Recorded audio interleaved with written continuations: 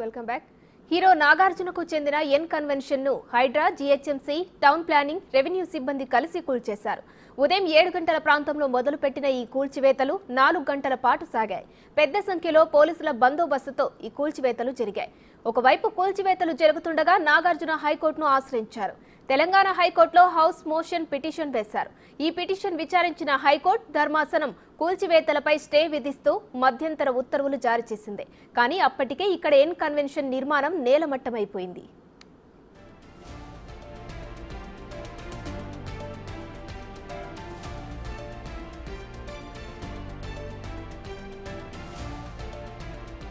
అయితే అంతకుముందు N convention కూల్చివేతలపై Nagarjuna చేసిన ట్వీట్ అగ్గికి ఆజ్యం పోసినట్లయింది.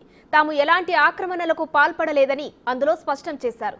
కోర్టులో కేసులు ఉండగా, స్టే ఆర్డర్లు ఉండగా ఇలా చట్టవిరుద్ధంగా కూల్చివేతలు చేపట్టడం బాధాకరంగా ఉన్నదని ట్వీట్ చేశారు. అది పట్టా భూమి అని, ఒక్క అంగుళం కూడా ఎఫ్టీఎల్ భూమిని కబ్జా చేయలేదని స్పష్టం చేశారు. హైడ్రా మాత్రం సినీ హీరో నాగార్జున వాదనలను ఖండించింది.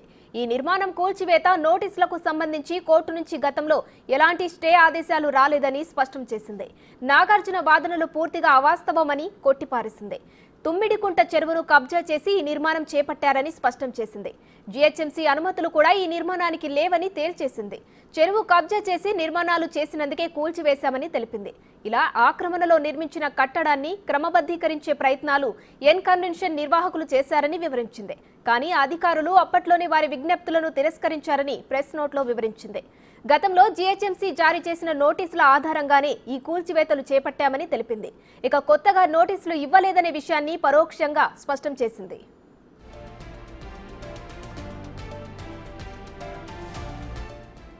ఇదిలా కొనసాగుతుండగానే దీనిపై పొలిటికల్ రచ్చ షురూ అయింది. నోటీసులు ఇవ్వలేదన్న నాగార్జున కామెంట్స్ ను డిప్యూటీ సీఎం భట్టి ఖండించారు. ప్రకృతి, పర్యావరణాన్ని కాపాడాలని ప్రజలకు మంత్రి పొన్నం సూచించారు. రాష్ట్ర వ్యాప్తంగా చెరువులు ఆక్రమణకు గురైతే ప్రభుత్వం దృష్టికి తీసుకురావాలని తెలిపారు. ఇదే కూల్చివేతలను గత ప్రభుత్వం 10 ఏళ్ల కిందనే చేపట్టాల్సి ఉండేదన్నారు MP Raghunandan Rao. Hydra is to protect the lakes of the Hyderabad and other government properties. So దీన్ని ప్రజలంతా కూడా ఆహ్వానిస్తూ ఉన్నారు. సరే, ఎవరైనా కూల్చినటువంటి ప్రాంతాల్లో కట్టుకున్నటువంటి వాళ్ళు ఇల్లీగల్గా కూల్చారు, మాకు నోటీస్ ఇవ్వలేదని అంటే, నాకు తెలిసి రాష్ట్ర ప్రభుత్వం నుంచి చేసే ప్రతి పనికి ముందుగానే నోటీసులు ఇస్తూ ఉన్నారు. అట్లాగే వాటన్నిటి లేక్స్లో ఎక్కడైతే కట్టారు, బఫర్ జోన్ కూడా కాదు, లేక్స్లోనే నేరుగా లేక్స్లో కట్టినటువంటి వాటిపైనే ముందుగా చర్యలు తీసుకుంటున్నారు. ప్రకృతిని, పర్యావరణాన్ని కాపాడాలని జంట నగరాలతో పాటుగా తెలంగాణ రాష్ట్ర వ్యాప్తంగా ఎక్కడైతే చెరువులు ఆక్రమణకు గురైన సమాచారం ఆ స్థానిక ప్రజలకు తెలిస్తే చాలు, దాన్ని ప్రభుత్వం దృష్టికి తీసుకురండి. ఎంత పెద్దవాళ్ళు ఉన్నా చెరువు ఆక్రమణకు గురి అయిందంటే అక్కడ సంబంధిత అధికారులు వచ్చి తగిన చర్యలు తీసుకుంటారు. ఈరోజు సమాజంలో మన బాధ్యతగా మనం భవిష్యత్తు తరానికి ఇచ్చేటువంటి వరం ఇది. మీ ప్రాంతంలో మీకు ఎక్కడ ఆర్టీఐ ద్వారా తీసుకున్నా, పూర్వీకుల దగ్గర నుంచి వచ్చేటువంటి వారసత్వంలో చెరువులు ఎక్కడెక్కడ ఉండనో తెలుసుకొని అవి ఆక్రమణకు గురైతే ఎంత పెద్దవాళ్ళైనా సరే, ఏ పార్టీ వాళ్ళైనా సరే, ఆ సమాచారాన్ని ప్రభుత్వానికి ఫిర్యాదు రూపంలో చేయండి.